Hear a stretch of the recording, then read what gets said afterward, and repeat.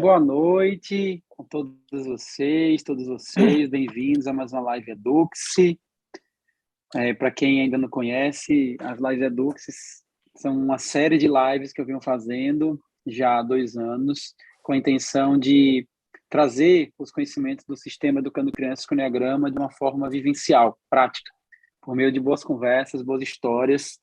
Eu sou o André Prudente, que desenvolvi essa metodologia de trabalho do Enneagrama com Infância, e eu espero que a gente tenha aqui momentos especiais, momentos de boas conversas que inspirem quem é mãe, quem é pai, de crianças mentais, que possa compreender melhor essas crianças, conseguir ajudá-las a acessar mais a essência delas. Eu não tenho nenhum filho mental, Eu tenho 3 filhos, A minha mais velha, a Maia, ela é um traço 1, que tem 14 anos. O Theo, que é o do meio, tem aí 9 anos, ele é um traço 8. E a caçulinha, que é um traço 4, que é a Violeta. Então, dessa vez aqui eu também não sou mental. Então, muitas lives eu tenho um filho, ou eu sou, então eu acabo também trazendo a minha experiência, não só como professor, mas como pai. Mas dessa vez eu vou estar só como professor e ouvindo as histórias. Então, eu queria pedir primeiro, para Maia Lu, Gabriele e para Mona Lisa, para se apresentarem, dizendo de onde estão falando, quem são os seus filhos, e qual é o filho ou filha, que foi convidado para poder partilhar hoje aqui, porque tem esse traço mental. E agradecer muitíssimo a Gabriele, que acabou entrando aqui e está podendo substituir a Carol, que não está conseguindo conexão com a internet. Então, foi providencial. Muito obrigado, Gabriele. E está aberto aí para vocês poderem se apresentar. Tá? Quem pode começar? Posso começar, já que você falou o meu nome primeiro. Por favor. Boa noite a todos. Obrigada, André. É uma honra estar aqui. Ainda mais para falar da minha pequena, Amanda. Espero contribuir um pouco com todo mundo, com um pouco de conhecimento, de experiência, de casos. Eu sou Maia Lu Tameirão, moro em Brasília, mas eu sou de Belo Horizonte, já moro aqui há 17 anos. Sou tipo 7, social, dominante, normal e o autopreservação em desenvolvimento, bastante. Sou casada com o Fabiano, um tipo 3, autopreservação, e estou aqui hoje para falar da Amanda, que é um tipo 7. O instinto dominante a gente ainda não sabe bem, mas provavelmente ou social ou sexual, os dois são bem marcantes, e a gente também já percebe um autopreservação ali pouco desenvolvido. A gente mora em Brasília há 17 anos, então a Amanda nasceu aqui, A gente já vive aqui há muitos anos, adoramos, estamos super integrados à cidade, então já tem toda essa energia de Brasília também nessa estrutura da família. Mais alguma coisa? Esqueci? Sou servidora acho que por hora, por hora tá bom, Então, tá bom. Obrigada, muito obrigado André. por dar início a essa apresentação. Quem pode continuar?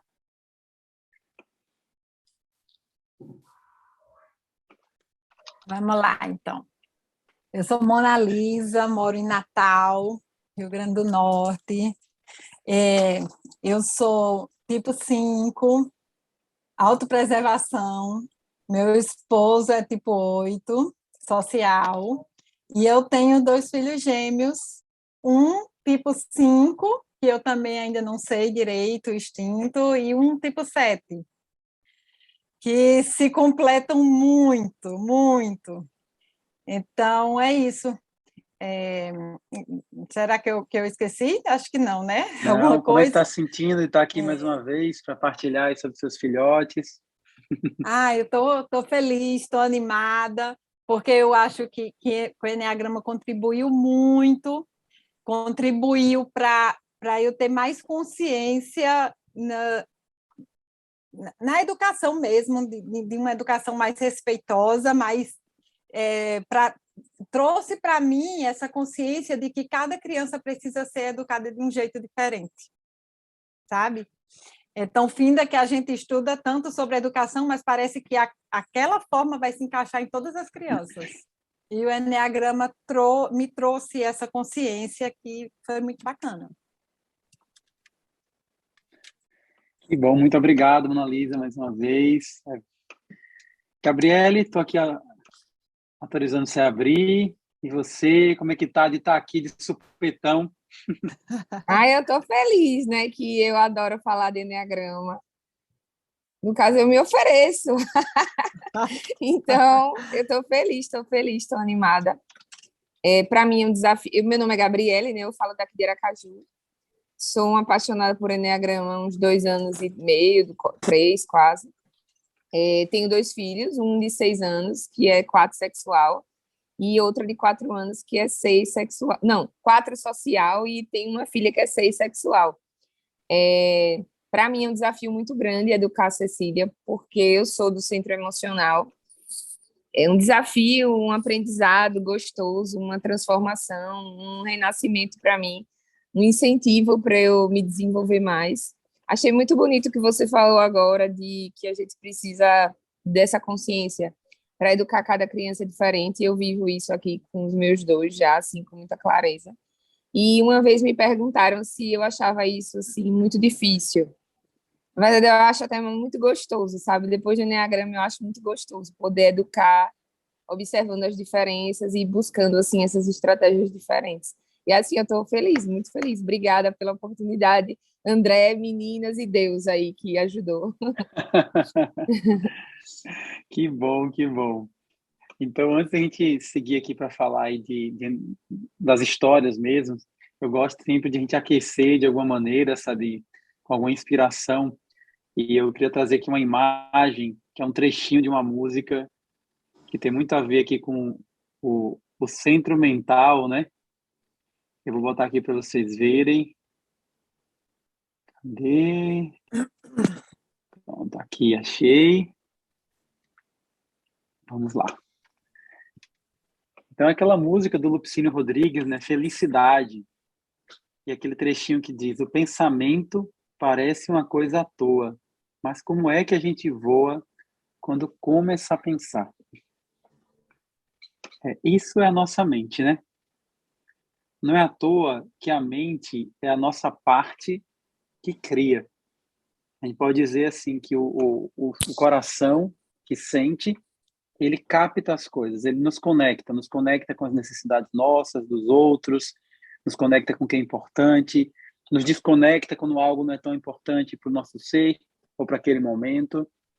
O agir, o centro físico, ele materializa aquilo que a gente precisa fazer.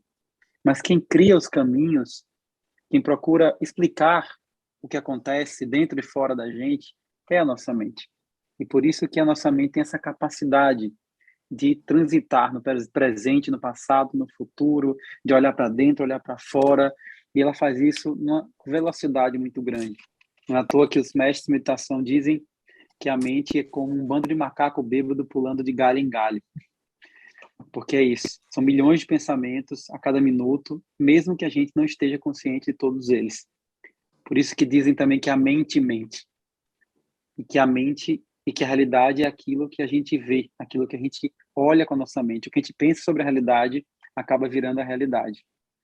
E a gente vai ver que, apesar de eu ter uma visão de que a mente, ela tem uma potência e tem uma sombra, quando a gente está em contato com a nossa essência, a mente se manifesta de uma maneira luminosa, e ela mostra o lado bom de se ter uma mente, não é ruim ter mente, na verdade é a mente que permite a gente aprender, é que permite a gente absorver as coisas, é a mente que permite a gente aprofundar aquilo que a gente precisa, é a mente que permite a gente reconstruir as visões que a gente tem sobre a vida, sobre a realidade.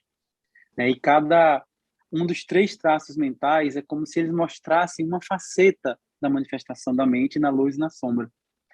A gente vai ver a faceta do 5, do traço 5, que nos ajuda a mostrar o que acontece quando a minha mente se debruça sobre algo, quando ela esmiuça algo, quando ela olha para dentro para poder destrinchar uma informação, uma percepção, para poder tentar entender uma curiosidade. Como é que é? O que acontece com essa mente, como é o caso do 7, quando você volta a sua mente para fora e abre ela? E ela está aberta para olhar o que existe aí fora, entender o que está aí fora. E essa mente que fica curiosa, que fica entusiasmada, empolgada com as possibilidades que ela enxerga fora dela. E essa mente aqui no 6, que quando está na essência, ela consegue muitas vezes fazer essa integração desse movimento para fora e para dentro. E ser uma mente perspicaz, capaz de perceber com clareza aquilo que tem que ser feito, aquilo que é importante, de acessar as intuições que o coração está mostrando através do sentir. Então, eu queria começar por esse lado luminoso, por essa mente que está voando e conseguindo olhar com mais clareza as coisas. Como é que vocês percebem nos filhos, filhas de vocês, né, que eles são quando eles estão bem?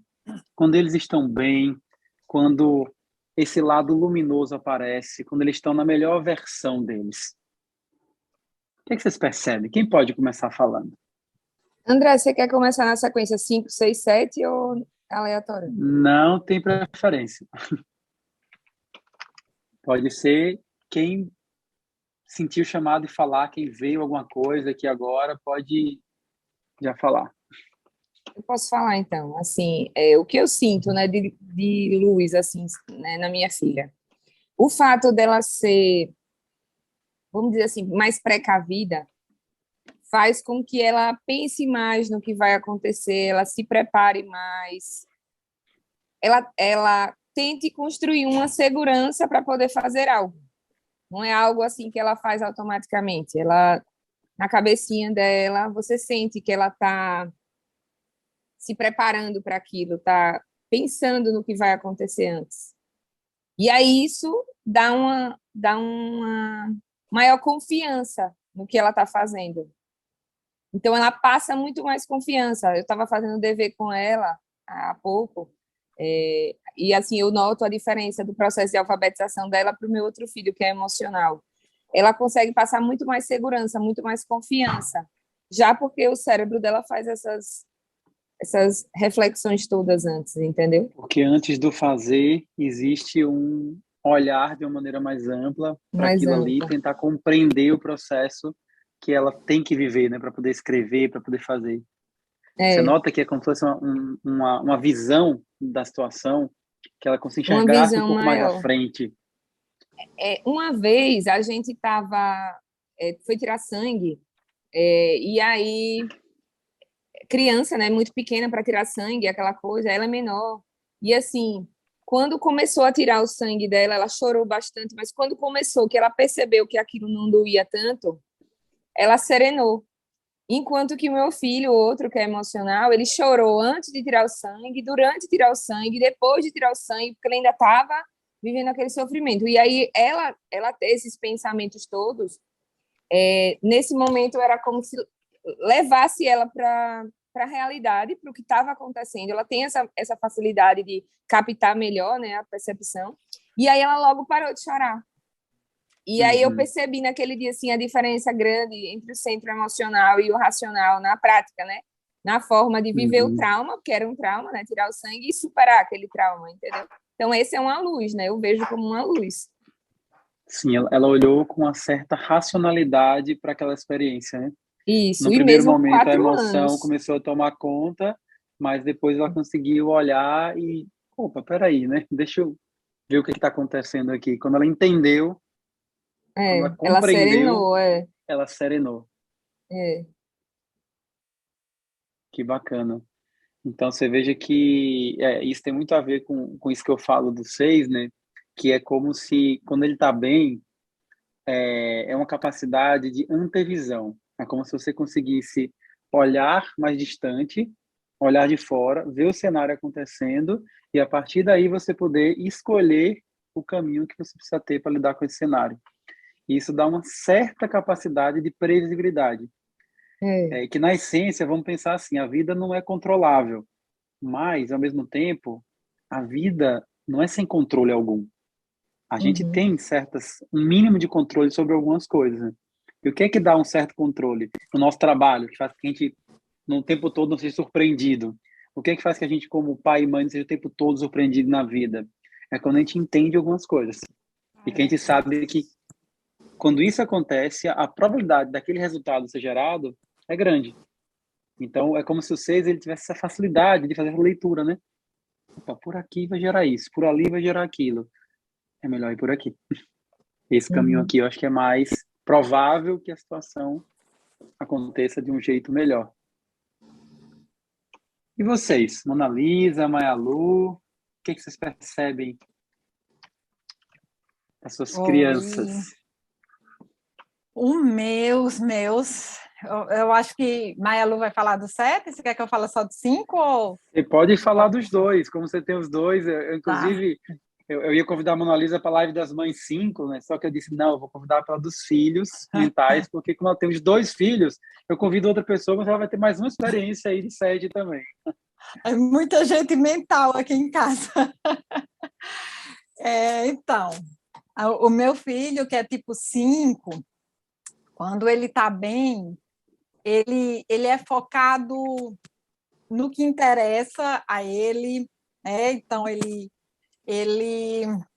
gosta ele traz uma certa seriedade para os amigos, porque os amigos sabem que o que ele está passando, ele tem um certo conhecimento daquilo. Então, por exemplo, o ano passado era o líder da sala, e a parte mais importante para ele de ser o líder da sala foi o curso que a escola deu sobre como ser um bom líder.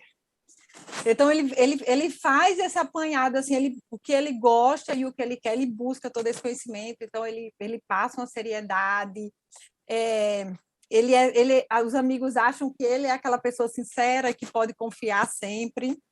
E o 7 traz para casa uma leveza muito impressionante, porque quando ele está bem, ele vai buscando essas coisas que dá prazer, por ter influência dos 5, finda que ele consegue colocar foco nessas coisas que ele busca prazer, está sempre sorrindo, está sempre leve, está leve com as coisas que a gente considera um absurdo, ele chega com a palavra de leveza, tem muitos amigos, muita gente, muita coisa interessante para fazer, não falta nada interessante na vida dele. Então, eles acordam pela manhã no final de semana e até 10 horas não pode ter nada de tecnologia. Né? O meu filho tipo 7, ele encontra coisas do nada, assim, eu fico impressionada como ele consegue coisas para fazer do nada, enquanto meu filho tipo 5 fica sentado no sofá dizendo que a vida está um tédio, e aí ele vai ficar observando a natureza da janela, por exemplo. Então, é isso. Você veja, né, que a gente tem esses 2 movimentos aí que você traz bem as 2 polaridades em casa, né? Do 5, que ele pega a mente dele, ele se interessa por algo e ele vai aprofundar aquilo que ele se interessou, né? E quando ele se interessa, ele vai realmente aprofundar aquilo. E aquilo vira um conhecimento que ele vai usar, né? Como na escola aprendeu alguma coisa e ele vai se apropriar, ele vai além do básico, né? E você veja como é importante na vida, num processo de aprendizado, a gente fazer isso. Porque a gente só se torna bom quando a gente vai além do básico, né? Quando a gente vai além do básico, sobre algo. Quando a gente aprofunda mais, quando a gente olha para aqueles detalhes que a maior parte das pessoas ignoram, nem pensam naquilo. Mas é como se o seu filho, ele olhasse e disse, mas isso aqui, isso aqui, isso aqui. E fosse que nem um cientista ali, cavucando, cavucando, cavucando. E é isso que vai entusiasmando ele, né? Mas, por outro lado, né, como ele foca muito, se aquilo que é o objeto de interesse não está ali, aquilo pode gerar uma experiência de tédio, né? De falta de interesse por algum momento. Já o seu filho 7 é diferente, né? Porque é como se ele abrisse e olhasse muitas coisas. Então, sempre tem alguma coisa que ele pode explorar. Sempre tem alguma coisa que ele pode explorar, porque a mente está aberta para ver. Você se identifica... pode falar. Eu digo, André, que o fato de ser gêmeos e eles fazerem as mesmas coisas juntos, é muito interessante olhar esse movimento do que a situação é a mesma, mas eles estão enxergando de forma diferente. E eu fico entusiasmada. Eu gosto de ver essa coisa, né? Eu até falei para vocês. Chegaram da escola e eu cheguei mais cedo. Eu só cheguei da escola bem tarde. Eles chegaram da escola com o pai e eu, por coincidência, cheguei 5 minutos depois. O pai estava ao telefone no carro, a criança tipo 5 ficou no parque, não subiu para o apartamento, né? Eu moro em condomínio, ficou no parque fazendo atividade de matemática, que é a coisa que ele mais ama da escola, é o conteúdo de matemática, pela forma como o professor coloca, enfim. E aí eu falei com ele, ele disse que estava terminando a atividade para poder subir, para almoçar ainda. Quando eu chego em casa, está outra criança, que é o tipo 7, fazendo a mesma atividade, de cabeça para baixo no sofá, as pernas para cima, cabeça para baixo, o livro assim, e perguntando as respostas à Alexa. Alexa, quanto é 427 mais 328? E a Alexa respondendo, e ele morrendo de rir, gostando e sentindo aquilo tudo muito maravilhoso. Então, é mais ou menos assim a vida de gêmeos com eneatipos diferentes. Que interessante. Você se identifica com essas histórias, Melu, com da Amanda, com a do filho de Pois é, 7? Como é que é para totalmente. você? Isso, a Amanda está bem parecida também. Traz toda essa leveza, essa alegria, né? Claro, quando está bem. Um espírito de humor engraçado, umas tiradas super legais, né? Ela tem 9 anos. E para estudar, você está falando do seu filho aí, Mona Lisa. Gente, para estudar aqui, André, você não tem noção. Ela inventa 1000 estratégias diferentes. Então, assim, e eu acho natural, porque assim, eu também, como sou mamãe tipo 7, eu entendo ela, né? Então, assim, a forma da gente comunicar é muito aqui no cérebro, assim, eu estou entendendo a necessidade dela.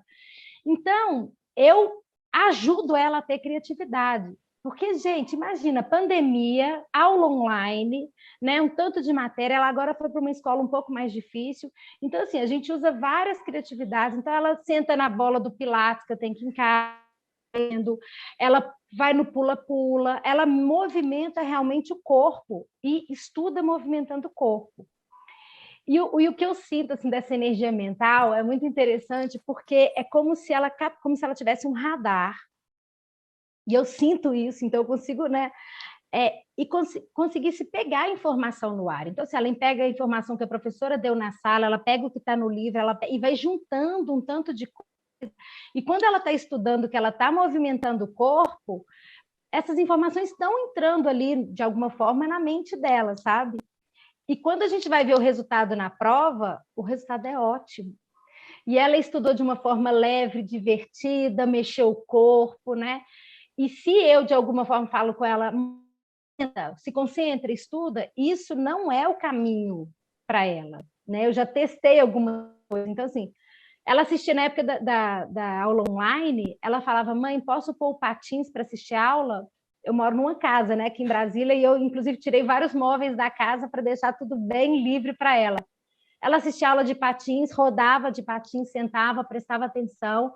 Daqui a pouco ela tirava o patins, ia para um pula-pula. Eu também tenho em casa. Eu fiz da sala aqui de casa meio que uma academia funcional para ela, né? Para gastar essa energia de uma criança em casa. Sim. Então, o que eu percebo é isso, essa energia na mente, que se a gente não dá essa condição a ela, essa energia vai ficar sem foco, dispersa. E a gente consegue focar essa energia dela para o estudo, né, que ela consegue se concentrar quando ela trabalha essa energia do corpo. Né? Então, assim, é muito difícil da Amanda estudar de uma forma tradicional, como as crianças estudam desde de 30, né, da década de 30, sentadinha, olhando para o caderno. Não, ela vai estar fazendo alguma coisa, se movimentando. Isso é uma coisa legal que eu vejo nela, assim, dela criar essas novas estratégias. E eu permito. E eu, na verdade, eu crio condições para isso. Olha que interessante. Eu fiquei vendo uma metáfora aqui. Talvez vocês tenham ouvido pelo menos alguma vez na vida algum filme onde tinha esses samurais ou ninjas japoneses, né?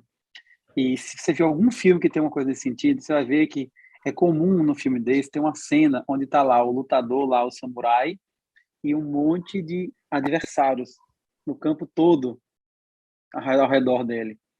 E qual é a lógica desse princípio dessa luta, né?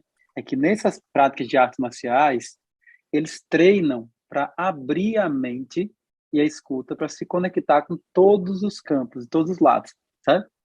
Todos os lados. Eu faço um treinamento de uma técnica chamada ninjutsu, né, que é desses antigos ninjas japoneses. E o professor ele faz uma prática de meditação que parte da prática é justamente isso. Agora, expanda a audição para todos os lados. Então você começa a ouvir os sons que vêm em todos os cantos. E o que você está fazendo quando você faz isso? Você está levando a sua mente e abrindo para todos os lados. Então vamos pensar o que isso traz quando você está fazendo isso bem. Isso te permite estar mais conectado com o que está acontecendo à sua volta, né?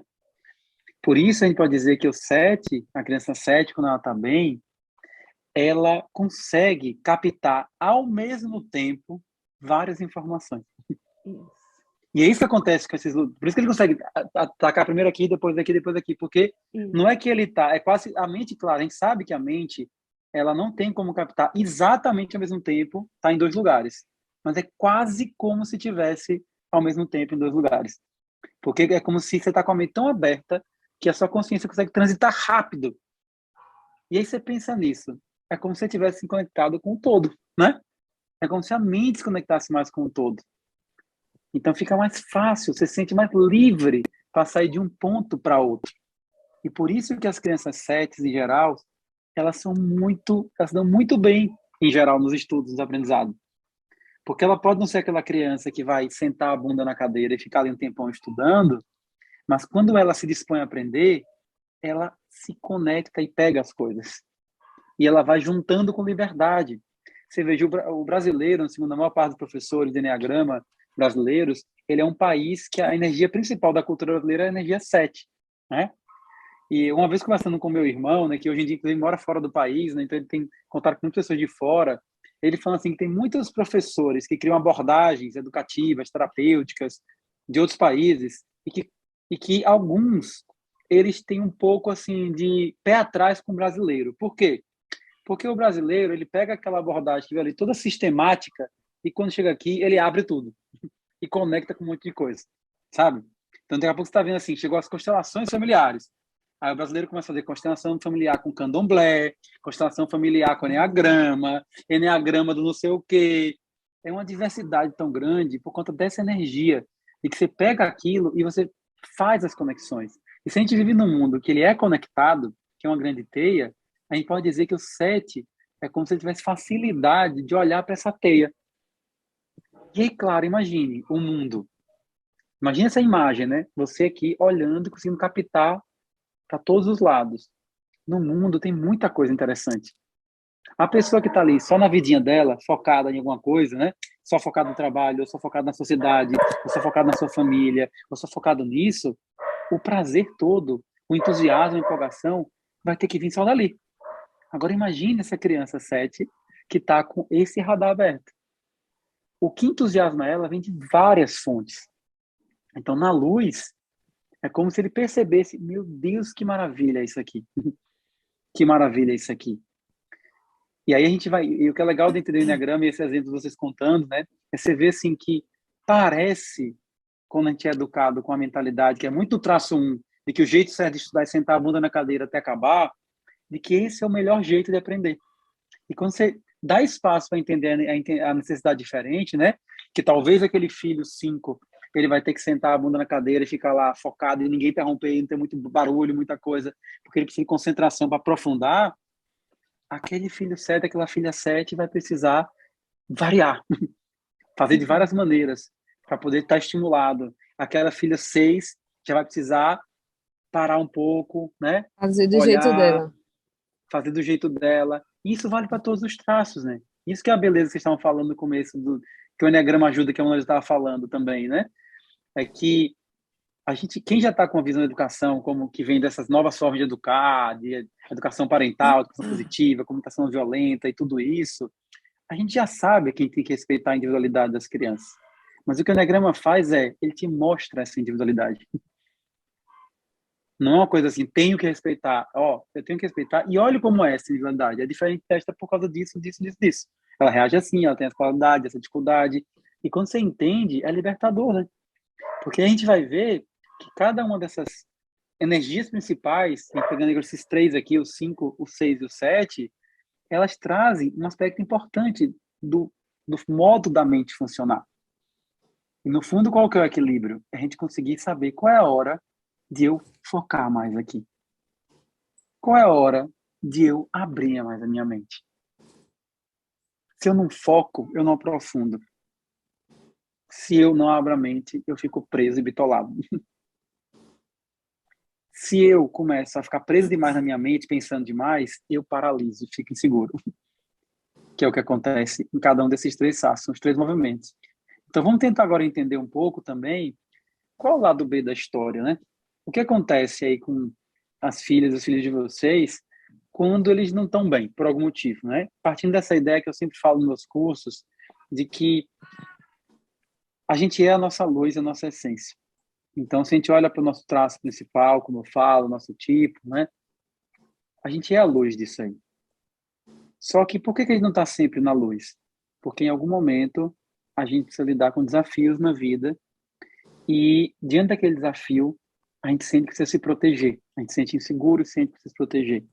E a gente começa a pegar aquilo que tem de força e usar demais para poder resolver esse desafio. Só que como são desafios diferentes, o ideal seria o quê? Para desafios diferentes, usar estratégias diferentes. Só que ninguém vai usar aquilo que você não sabe, aquilo que você não tem domínio. Então a gente tende a usar o que a gente tem domínio. E é nesse momento que a gente exagera no uso de algo e começa a distorcer. Então o que acontece com os filhos de vocês mentais? Então quando essa energia do 6, que na luz traz uma capacidade de olhar antes e ponderar e ser mais racional e agir com mais segurança, o que acontece quando exagera nesse excesso de querer ter essa segurança? O que acontece com essa criança 7 que abre o radar demais e às vezes não consegue focar o radar? O que acontece com essa criança 5 que às vezes foca demais e está precisando abrir? O que é que vocês podem partilhar de experiências quando eles não estão bem? Posso começar de novo, André? Pode. Então, assim, olhando para esse lado, né, de distorção, de minha filha ser tão precavida, de pensar tanto, eu acho que, por muitas vezes, ela tem tanto medo que ela deixa de experimentar coisas que ela até queria, mas só que aí a mente dela está funcionando dessa forma, pensando tanto no medo, que ela não faz. Uma vez aconteceu uma coisa muito interessante, assim, eu fui buscar as crianças na escola e quando eu peguei Guilherme, que é o meu mais velho, né, me disse, mãe, eu estava jogando futebol e a bola caiu no outro terreno e eu quero buscar. Nesse dia eu estava com paciência e aí eu disse, vamos lá, era um terreno baldio, assim, do outro lado, e fui com ele e Cecília, a nossa tipo 6, lá buscar a bola. E aí eu vi de longe que tinha muito mato, mas eu, assim, tinha que pular um muro para ele chegar até a bola. Imagina, pular um muro do terreno baldio. E eu incentivando ele a fazer, para poder ir lá buscar a bola. E, assim, quando eu olhei, eu sei que era perigoso, que podia ter alguma coisa no terreno, mas eu vi uma partezinha, assim, mais livre. E aí eu resolvi incentivar. Eu fiz, filha, eu te ajudo a subir o muro e descer, era um muro pequeno. Você vai por aquele caminho e você consegue pegar a bola. Então eu incentivei. Aí Guilherme foi, desceu para pegar a bola e Cecília ficou assim olhando para mim, né, estatelada. Eu acredito que a cabeça dela estava pensando em tudo que poderia acontecer se ela pulasse esse muro. E aí eu parei assim, filha, vai, eu tô aqui, você pode ir.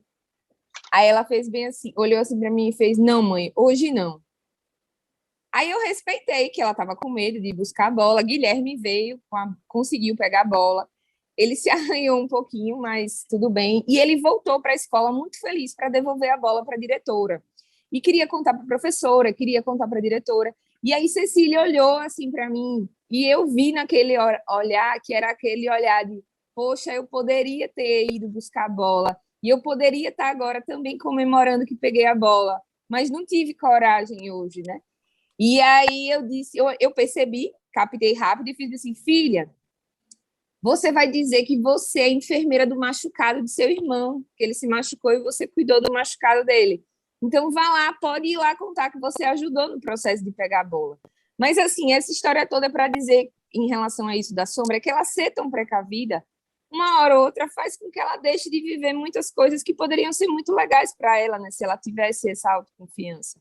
E aí o papel da gente, enquanto educador, né, que consegue perceber que são mundos bem diferentes, é de agir nesse momento, de incentivar quando é uma fraqueza ou quando é um potencial e tentar ajudando ela a equilibrar, né? Essa sombra e essa luz, sabe? E aí eu vejo... Né? É. Eu vejo mais nesses pontos, quando eu sinto ela muito amedrontada, e aí deixa de viver algumas coisas por conta desse medo. Eu poderia dizer muitas outras coisas aqui, assim, em relação a isso, mas vejo mais isso, de ser tão precavida, entendeu? Sim. Você veja, né, que quando ela não tá insegura e que o medo domina, é como se a mente dela não conseguisse achar um lugar para repousar, né? A mente fica Mesmo ali eu lá, né? transitando e tentando achar um caminho, mas não consegue achar, né? Porque é Uhum. como se ela olhasse para fora e disse: e se eu fosse? E será que se eu fosse para ali ia dar certo, né? Não, não, mas ali eu posso carregar ali. E se não sei o quê? Aí volta para, não, mas eu acho que eu não consigo. Aí ela começa a entrar num processo mental que é diferente do saudável, que é quando você olha e você vê possibilidades e você sente, opa, é melhor ir por aqui. Eu sinto que é melhor ir por aqui. É garantido? Não é garantido. Mas eu consegui analisar, olhar e sentir um caminho para ir. Quando está inseguro, desse jeito que você falou, o que que acontece? O medo domina e aí a Paralisa. mente começa a levantar excesso de possibilidades. E possibilidades que começam já a sair do que de fato pode acontecer, né? Porque quando você analisa um risco real, um perigo real, isso está ok, né?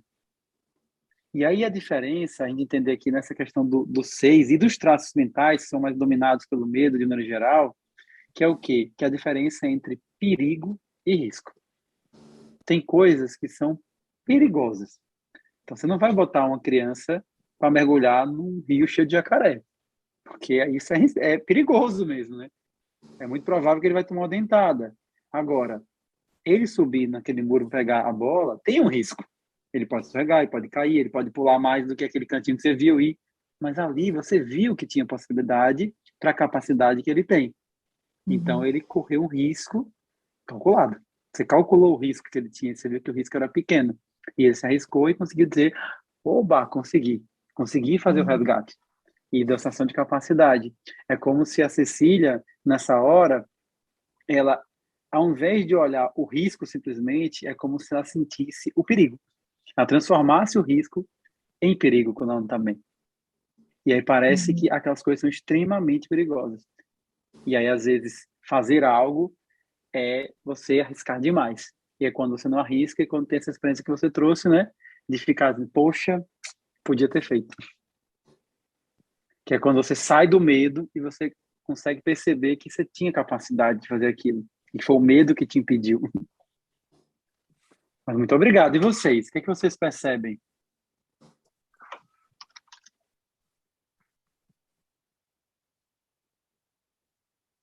Então, na minha criança tipo 5, eu percebo que, às vezes, ele elabora quando ele não está bem, ou quando... Enfim, ele elabora tanto um pensamento na cabeça dele que ele acha que ninguém vai entender aquilo.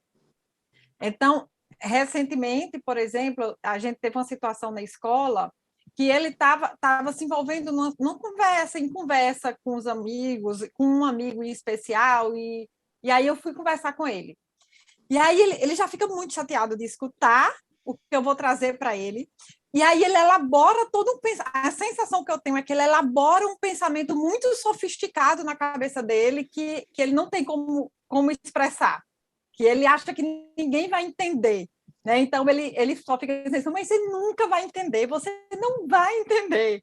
Né? E uma dificuldade muito grande de falar sobre os sentimentos. Então, essa é uma coisa que eu percebo muito no tipo 5. No tipo 7, é que é principalmente quando ele não pode evitar um sofrimento, o que eu percebo no meu, quando ele não pode evitar o sofrimento, e esse sofrimento vem de fora, alguém entrega para ele. Então, vou dar um exemplo. Ele estava é um exemplo que até eu já você me ajudou com ele até. Ele estava na quadra, um monte de adolescente chamou para jogar bola. E aí ele ficou muito entusiasmado, como eu, assim, só tenho, na época, 8 anos, e os adolescentes me chamaram para jogar bola. E quando ele começou a jogar, fizeram dele café com leite. E por quê? Porque os adolescentes, na verdade, queriam a bola dele. não queria jogar com ele. Quando ele percebeu que isso estava acontecendo, ele ficou com muita raiva, e aí ele age na impulsividade, ele vai no impulso, e a reação dele foi pegar a bola e dar um soco na barriga de todos os adolescentes que estavam lá, né? Aí até que a minha criança tipo 5 veio para falar, para explicar tudo sistematizadozinho o que aconteceu, e aí eu fui descer para procurar onde é que ele estava, chorando. Outra vez que ele estava de bicicleta no condomínio e ele caiu no espelho d'água. E aí as crianças que estavam por perto, todas ficaram rindo porque ele caiu no espelho d'água. Então, quando ele está naquela situação de que ele vai desfrutar daquilo e vem alguém de fora e entrega um sofrimento, ele age na impulsividade, né? Que até você me ensinou a ensinar a ele a ter um espaço de calma para poder lidar antes de lidar com a situação, o que ele gostou e aprendeu bem, então ele vem melhorando muito nesse sentido. Mas eu acho que é basicamente isso. E você, Maia Lu? O que você percebe da Amanda? É um pouco diferente a Amanda, não sei se tem a ver também por ser menino e menina, ela não tem tanta agressividade, mas eu noto quando ela não está bem, o primeiro traço é uma irritação grande. Então ela fica totalmente sem paciência, irritada, e aí a mente dela é como se eu até noto assim, a sensação assim, daqui para cima começa a ficar acelerado, aí ela começa a ficar ansiosa, ela às vezes fala mais rápido, vai falando, né? E gente, desculpa, eu peço desculpa, meu cachorro está latindo, eu estou sozinha em casa, Tudo eu bem. nem sei o que fazer aqui, tá? Não, Perdão. eu sei, eu entendo. Isso faz a vida como ela é. Dá para a gente ouvir, dá para a gente ouvir. Pois é, aí... Afinal, é live, não é uma gravação em estúdio, né? Pois é, exatamente. Live vem com a vida toda. Tem 2 cachorros aqui, então não tem jeito. Aí a Amanda começa a ficar nesse acelerado, e eu noto, o André e meninas, ela começa a querer fazer várias coisas ao mesmo tempo. Aí ela quer assistir televisão, na hora que eu olho, ela está assistindo televisão, com patins no pé ou pula-pula, e com um tablet na mão. E dançando, e é porque ela ama dançar. Então, assim, eu olho assim, ela está fazendo 4, 5 coisas ao mesmo tempo. E isso pode ser, às vezes, por conta de uma questão de sofrimento. Às vezes está começando a chegar brigou na escola, né? A colega está de mal dela, alguma coisa assim leve, porque não é um sofrimento, porque não estamos passando por tantas questões assim, mas qualquer coisa que cheira sofrimento, ela começa a se acelerar. Uhum. E a outra coisa é que quando, por exemplo, na escola, aquilo que eu falei, né? Ela tem esse radar, então, assim, ela capta o que a professora fala, ela faz o dever na aula, então, assim, ela se sente relativamente segura e ela tem autoestima, né? Então, assim, ela sabe que ela vai bem na prova, que ela consegue tirar notas boas. Mas quando vai chegando perto dessa semana de provas, eu vejo que ela começa a ficar nesse estado ansioso e acelerado. Uhum. Então, quando tem alguma coisa que ela é cobrada, né, de performance, ou de nota, ou de desempenho, eu sinto que isso leva ela para esse estado de estresse e ela sai um pouco da casinha dela. Aí é a hora que eu entro, né, porque assim, não é só nota, não é só conteúdo, muito pelo contrário, isso é só uma parte, enfim, aí eu tenho que fazer toda a atuação, mas essas 2 situações de sofrimento e de coisas que ela valorize, que ela quer ir bem, que ela quer se desempenhar, né, chegando perto, ela vai eu diria assim, saindo do centro dela.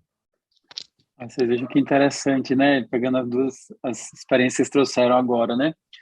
Quando eu olho para você falando, Mona Lisa, do seu filho 5, você vê, é como se quando ele fica mal, né? E a mente a emoção deve começar a tomar conta, né? Aí o que ele faz? Aí ele vai tentando pensar e achar um caminho para poder organizar aquilo que está acontecendo dentro dele, né? Ele achar um caminho e voltar a se organizar. A tendência é ficar mais sistemático, né? Ficar mais obsessivo, vamos dizer assim. Você fica mais obsessivo, aí o pensamento fica mais obsessivo, aí vai tentar meticuloso, querendo explicar detalhadamente, e achar um caminho, e pensar e falar, e é onde você vai tentando resolver tudo com a cabeça, né? Tentando resolver tudo com a cabeça ali. Mas, por outro lado, né, quando você vê no 7, né, o que acontece? Quando começa a mexer alguma coisa, e o sofrimento é uma das coisas que mexe, né? A outra coisa é quando você sente que a sua liberdade está sendo perdida, de que aquilo que você queria viver e fazer está sendo protelado para depois, você vê que não vai conseguir, ou não vai ter tempo, ou que não vai, isso vai gerando uma ansiedade, e a mente vai ficando inquieta, né?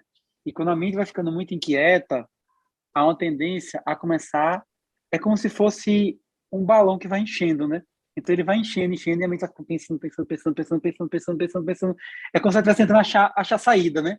Tentando achar saída, e a saída não vem, a saída não vem, a saída não vem, e aí vai dando uma agitação. E aí, inevitavelmente, qual que é a tendência?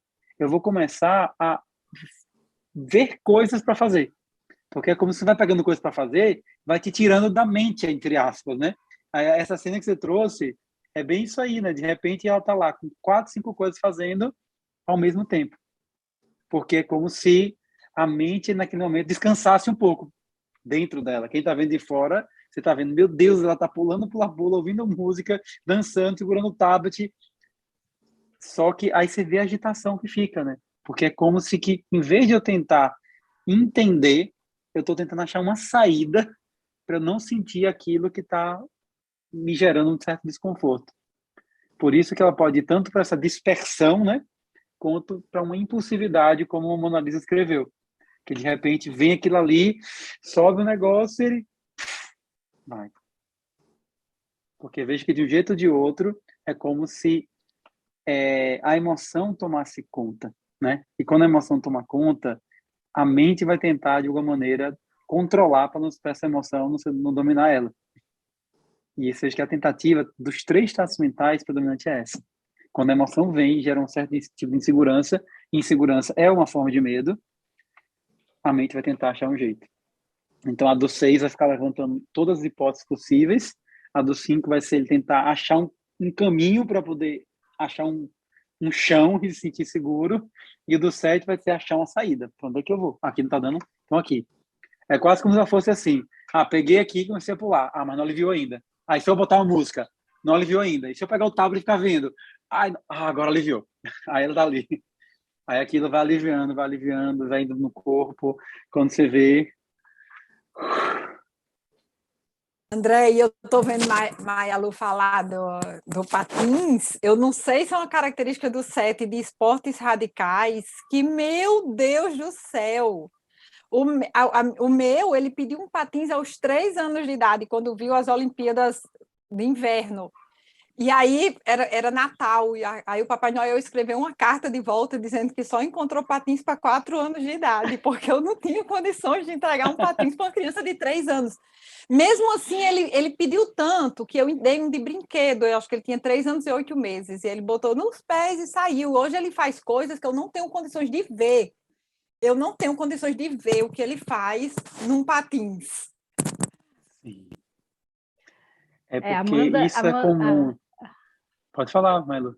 Não, eu ia falar isso, assim, não é só esportes radicais, é assim, o espírito aventureiro. Ela também, desde que ela começou a andar com patins com 3, 4 anos, logo depois bicicleta. Hoje em dia ela faz jazz, street jazz e teatro, assim, para se expressar, né? E ginástica artística. E ela faz tudo isso porque ama. Assim, eu não tenho que, muito pelo contrário, não tem que obrigar, não tem que insistir, né? Claro que eu valorizo muito a conexão com o corpo, é uma das coisas que a gente aqui tem vivido isso, assim, de dela porque como a cabeça é desse tamanho, tem que se conectar ao corpo, né? De alguma forma, mesmo nesses esportes. É porque eu tenho a sensação que às vezes ela faz o movimento do corpo sem estar conectado. Então, para mim, por exemplo, a dança traz para ela a expressão, mas também uma conexão, né? Então, ela tem essa necessidade da aventura, da expressão, tudo muito ligado ao corpo. E uma coisa, André, que eu queria contar rapidinho aqui, que a gente falando dessa questão de sentimento, vou contar um caso dela aqui, que para mim, assim, foi ano passado.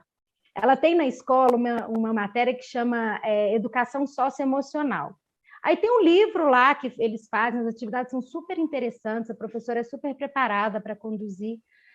E ano passado eu acompanhava mais, esse ano eu estou um pouco menos, que ela já está com mais autonomia. Mas aí chegou a atividade, eu fui dar uma olhada, e era uma atividade de potes de emoções. Né? A gente faz, inclusive, potes físicos, mas no livro era um pote. Aí tinha o pote da emoção, alegria. Aí ela tinha que colorir o pote e colocar exemplos de momentos da vida dela que ela sentia alegria. Então, tinha lá vários exemplos. O outro de medo, então ela também coloriu, né, com umas cores mais sóbrias no medo, e diz do que tinha medo lá, né? Tinha medo do pesadelo que ela tinha, enfim. E uma ansiedade também, identificou várias situações de ansiedade, coloriu o pote. E um outro, aí na hora que eu olhei um pote em branco, aí eu fui olhar, falei, ué, Amanda, um pote em branco? Ué, mãe, esse aqui não precisava, não. Por que não precisava? Aí eu fui olhar, era o pote da tristeza. Falei, uai, Amanda, mas esse aqui é o pote da tristeza. Não, mãe, mas esse aí não precisa fazer, não. Já fiz aqui. Eu falei, uai, filha, mas e tristeza? Não, é porque eu não sinto tristeza, não, mãe. Não tem exemplo para pôr aí, não. Não precisa nem colorir. Uai, filha, mas a tristeza é muito... Aí eu fiz uma fala daquelas, né? E falei, filha, e quando a vovó Carmen morreu? Você não se ficou triste na época, não sentiu? Aí ela parou, olhou bem para mim e falou assim, mas a vovó Carmen já morreu há muito tempo, né, mãe? Tipo assim, nem lembro mais. Nem sei, nem lembro, Cara, já a sumiu essa tristeza daqui. racionalização. André, a Olha só. racionalização. Ela não coloriu o pote, ela não quis nem pensar em possibilidades de tristeza, descartou a atividade. Quando eu trouxe, ela, não, vovó Carmen já morreu há muitos anos, tipo 2 anos atrás. Racionalizou. E pronto, dali ela já saiu, já pegou o pula-pula, já saiu pulando. Não, e o bom é que a gente só entende isso porque conhece o Eneagrama, né? Porque se fosse, isso passava em branco. Em branco. É igual esse desenho. Eu guardei para vocês verem, que foi no domingo passado. A gente foi para o restaurante e a gente não leva tecnologia, né? Leva lápis, papel, essas coisas. E aí ele desenhou na escola. Agora, olha a cara da professora, tá vendo? Agora, olha a cara dele. Feliz! Gente, quando eu olhei, eu disse, meu Deus, como é bom entender Eneagrama. Agora, olha só, ele disse que a professora aqui pode estar pensando o que for, porque a cabeça dele está aqui, ó. Cadê? Deixa eu ver se eu consigo... Imaginação com S, mas tudo bem. Imaginação, a cabeça dele. Aí levanta o balãozinho, ó, as coisas que ele está imaginando enquanto a professora está brigando com ele. Está brigando com ele. Olha só. Eu disse, meu Deus do céu, como a gente saber que essa criança é tipo 7 faz toda a diferença no olhar que a gente tem para um desenho, para uma atividade que ele faz, para qualquer coisa que seja. E para entender o que está por trás da reação, né? Por que não pintou? Por que não pintou o pote colorido? Por que fez esse desenho desse jeito, né? Você começa a entender o mecanismo que o eu dele cria para poder lidar com aquela situação. Que interessante, viu? E é bem isso mesmo, né? Porque você veja, se a sua mente ela está muito para fora, ela não olha tanto para dentro, né? Então, para o 7 é fácil, quando vem um desconforto, ele olhar para fora e achar algo. Porque você veja, muitas pessoas tentam fazer isso, mas não conseguem, né? Fica tentando escapar. Nossa, estou sofrendo aqui. Ai, chega. Deixa eu olhar. Aí daqui a pouco, já está ali de novo ali naquilo ali. Mas o 7, como o canal é aberto para fora, ele acha, porque tem o que achar mesmo. Se você for procurar, tem como você escapar. Inclusive, nesse mundo que a gente tem que ter mais facilidades, você tem como escapar com vários caminhos. Você tem como escapar com filmes, com músicas, com jogos, com comida. E tudo é muito mais acessível do ponto de vista prático, né? Mais fácil, pedir iFood, você não precisa sair para ver um filme, você vê em casa. Então é fácil você ir para fora. É fácil você dispersar de dentro. Então o 7 ele está com esse canal aberto, então é muito fácil realmente ele fazer isso. Só que, claro, se ele não entra em contato com isso, ele não vai só se afastar da tristeza. Ele vai não poder olhar muito para o que ele sente de verdade. E se ele não olha muito para o que ele sente de verdade, ele não vai olhar a real necessidade que ele tem. Então ele começa a buscar um monte de coisa que parece que vai satisfazer e no fundo não satisfaz. Não atende a necessidade. Então essa contradição aqui no 7, a criança 7, ela às vezes vai, quando ela está muito agitada, ela parece que está ficando bem, mas no fundo não está ficando bem, porque ela não está atendendo a real necessidade que ela tinha naquele momento. E se ela está triste, se alguém está triste, o que a gente faz assim está triste? A gente precisa sentir aquela perda que está ligada a essa tristeza, ou aquele medo de perder algo ou aquilo que foi. E se eu não entro em contato, eu vou ter que abafar esse sentimento com coisa. Então é aí que vem a mente quando vira um caminho de fuga e não um caminho de compreensão, um caminho de libertação, né? Mas a gente entende por que muitas crianças CETs acabam recebendo diagnóstico de hiperatividade. É por isso. É porque a mente está assim, ó. Eu costumo dizer que a nossa mente, ela tem 3 possibilidades, certo? A nossa mente, a gente tem que tem a ver com a nossa mente, não, a nossa atenção. Quando a gente direciona a nossa mente. A nossa mente, ela pode ter uma atenção, tem um foco, tem uma concentração, para algumas situações a gente precisa de concentrar a mente. Botar a mente ali num lugar e concentrar. Quando a gente precisa concentrar? Quando a gente tem que entender melhor alguma coisa. Aí eu vou concentrar. Se eu quero ler um livro, eu tenho que concentrar naquelas páginas.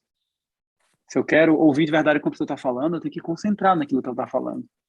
Então, a capacidade de concentração é importante. Esse é o movimento do ponto 5 do Enneagrama, o movimento de concentrar a mente. Por isso que o 5 tem facilidade de aprender profundamente as coisas, porque facilmente ele foca, concentra e aprofunda. Só que aí também a nossa atenção nem sempre ela tem que estar concentrada. Veja aí também que uma coisa que deve acontecer com o seu filho 5, Mona Lisa, em alguns momentos que ele não está bem, ele talvez também tenha algumas coisas de distração.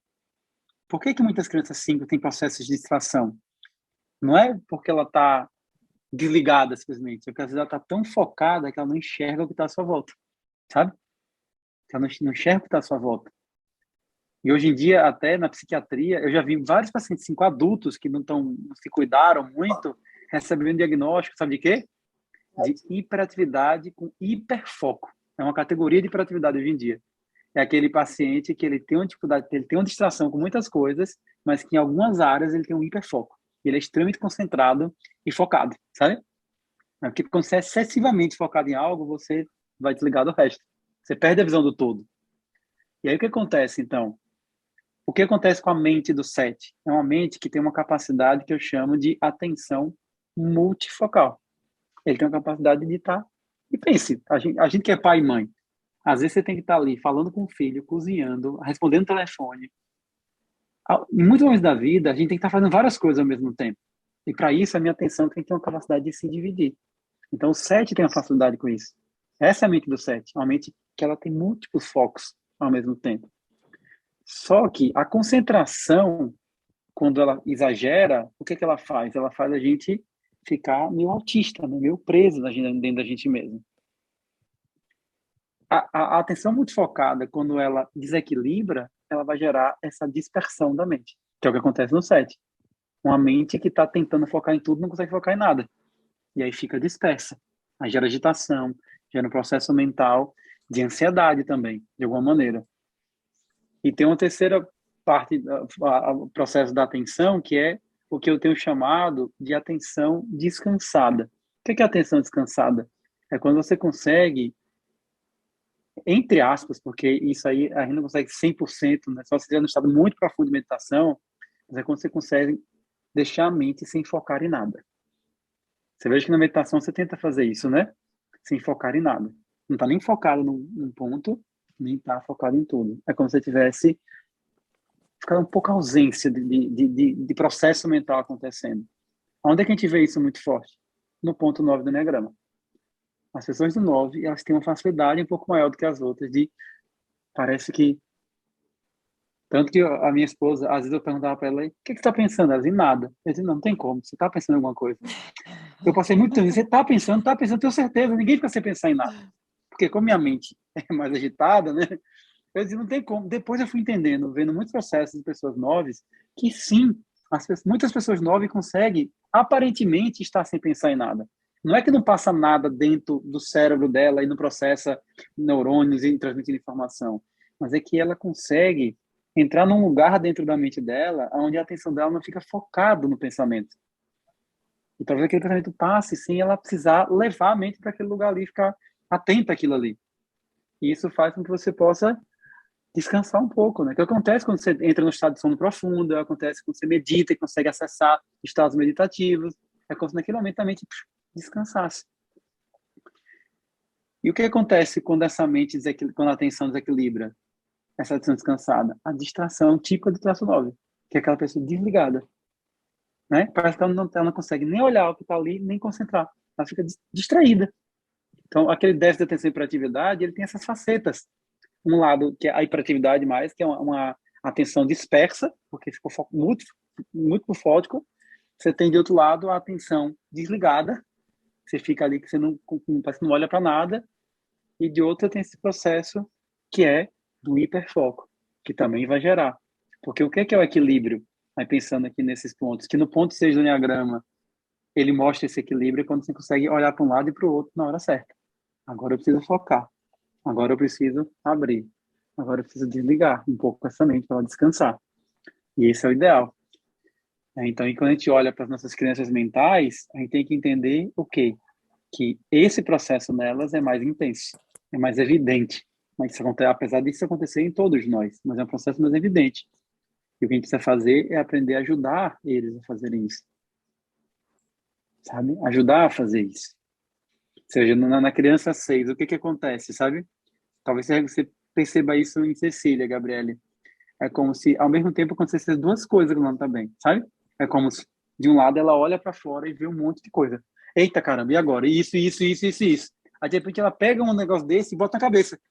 Aí, mas, eita, vai acontecer isso. Aí fica presa naquilo ali, sabe? Aí ela fica focada numa ideia trágica, ou projetando perigos, ou projetando possíveis consequências negativas. Aí, daqui a pouco, aí parece que tudo é um perigo. Então, essa é uma angústia muito grande que acontece aí na mente dos 6. Por isso que tem crianças, que eu já vi muitas crianças 6 que eu atendi, que em alguns momentos parece que ela tinha um medo muito grande de alguma coisa, e que você via que era um medo desproporcional, porque é como se a mente dela ficasse ali criando um chifre na cabeça de cavalo em torno daquele tema, e tem horas que parece que ela entrava no estado de ansiedade generalizada, sabe?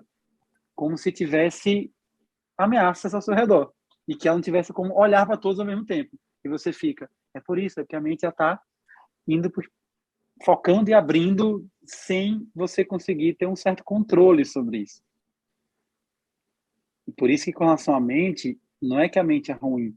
A mente não atrapalha a gente. A mente só atrapalha a gente quando ela está sem governo. Quando a nossa consciência, o nosso eu, consegue direcionar a nossa mente para onde a gente quer que ela vá, para onde ela precisa ir, é aí que a gente se sente com controle sobre a gente mesmo. E por isso que a mente é uma energia que tem a ver com a energia de ordenação das coisas. Então, quando eu consigo direcionar minha mente, eu ajudo a ordenar as coisas. Bom, a gente já está chegando aqui perto do fim. Eu queria pedir assim, uma última fala de vocês, o que vocês quisessem falar, pensando aí no tema da nossa live, do que a gente vem conversando, pode ser mais alguma história, pode ser alguma mensagem, o que vocês quiserem. O que cada um gostaria de deixar aí de fala final?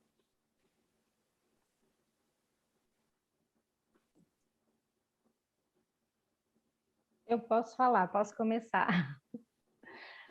Amanda até chegou aqui. Quer vir aqui, filha? Não? Chegou agora da escola ali. Então, gente, quero agradecer primeiro, André, nessa oportunidade, quero agradecer a todos, e eu quero deixar aqui, assim, como mensagem final, essa sugestão da gente olhar, né, para essas crianças mentais. Eu aprendi muito aqui com as outras mães também, com essas falas, e já vi que eu estou fazendo umas coisinhas ali que eu posso aperfeiçoar, outras tão legais. Eu acho assim, a gente ser gentil com a gente mesma, né, a gente sendo mãe, a gente eventualmente, não tem jeito, a gente vai errar uma série de vezes, mas também a gente vai acertar, a gente vai tentar agir pelo coração, e eu acho que o Enneagrama, a gente buscar essa sabedoria do Enneagrama, porque, gente, está fazendo, né, muita diferença na minha vida. Eu sinto que cada vez mais vou fazer um parêntese, eu sou tipo 7, né? Olha a minha mente, como é que está aberta e dispersa. Na hora que eu fui falar, eu senti que ela fez assim, André. Olha só. Porque agora eu vou fazer um parêntese. Eu estou aqui, né? Estou na live, e a Amanda chegou ali da escola, está aqui deitada aqui do lado, e virou e falou assim: mãe, estou passando mal. E eu aqui na live, né? Fala os finais da live. A gente sabe a vida como ela é. Então, não sei, ela está ali do lado, não sei o que ela está passando que bom mal. Que é a fala final. para você poder ir André, olhar para é uma ela. coisa incrível, assim, minha, assim, eu estava com foco, estado de presença, de repente, a minha mente de mãe, tipo 7, fez assim, vu, abriu, como um radar. Então, eu fui falar logo primeiro, comecei a falar, vi que eu me perdi.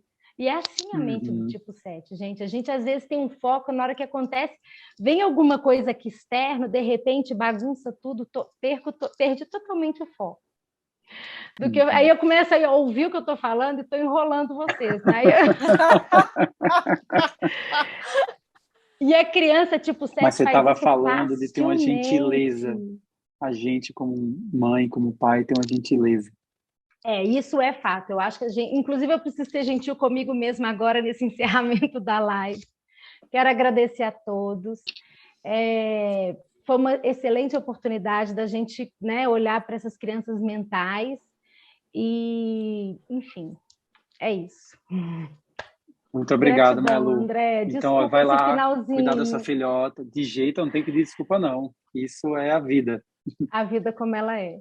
Eu vou A pedir vida como ela licença, então é. eu vou sair, Por porque ela está favor, aqui, disse que chegou passando mal da escola, eu vou pedir por licença. favor, vá lá cuidar dela. Aí eu Muito preciso obrigado, entender viu, se é o Malu? drama da coisa ou se realmente tem o tipo 7, tem isso também, viu, gente? A gente Independente queria... disso, ela está precisando Ela da mãe. precisa da minha atenção ali agora. Como é que a live é sobre criança, eu vou ali dar atenção à minha criança. Por Gente, depois favor. eu vejo o final. Agradecida, viu? Muito agradecida. Muito obrigado, Malu. Um grande abraço.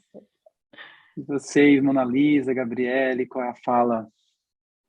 Assim, eu já comecei bem tocada pelo que Mona Lisa falou, né? De como é interessante isso, educar com esse pensamento. E acho assim que quando eu conheci o Enneagrama foi esse leque aqui que se abriu para mim, de imaginar como as pessoas podem ver uma mesma situação de uma forma totalmente diferente. Mas, assim, o tempo todo eu me lembro, e à medida que eu avanço, né, em ler, estudar sobre Enneagrama, em sentir o Enneagrama, é que, na verdade, a gente é um Enneagrama inteiro, e que, na verdade, o nosso maior desafio, enquanto pais, é o quanto mais cedo ir ensinando para os nossos filhos que eles têm todos aqueles dons, que eles podem sair ainda mais rápido do que a gente saiu dessas presas principais, entendeu? Então, é muito bom ir aprendendo sobre os outros traços cada vez mais para ajudar meus filhos a desenvolver esses potenciais neles o quanto antes. Porque a gente tem tudo, né? Tem todo esse potencial. Aí, muito obrigada a todo mundo pela paciência, pelas minhas conversas mais truncadas, não preparadas, mas eu adorei participar. De jeito algum. Muito obrigado por entrar nesse espaço que estava aberto, né, e pronto para ser ocupado por você. Conte sempre comigo. Que bom. Muito obrigado, Gabi. E você, Mona Lisa?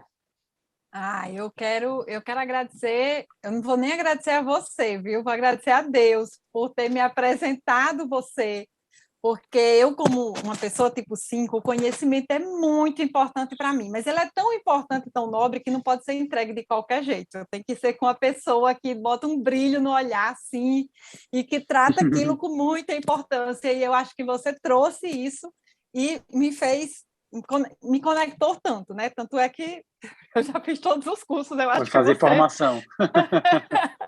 que você ofereceu. E assim, eu acho que do mais importante que eu aprendi do Enneagrama é que lá no comecinho eu escutava pessoas dizer assim, mas vai colocar todo mundo em caixinhas? Vai colocar todo mundo em caixinhas? Vai ser assim?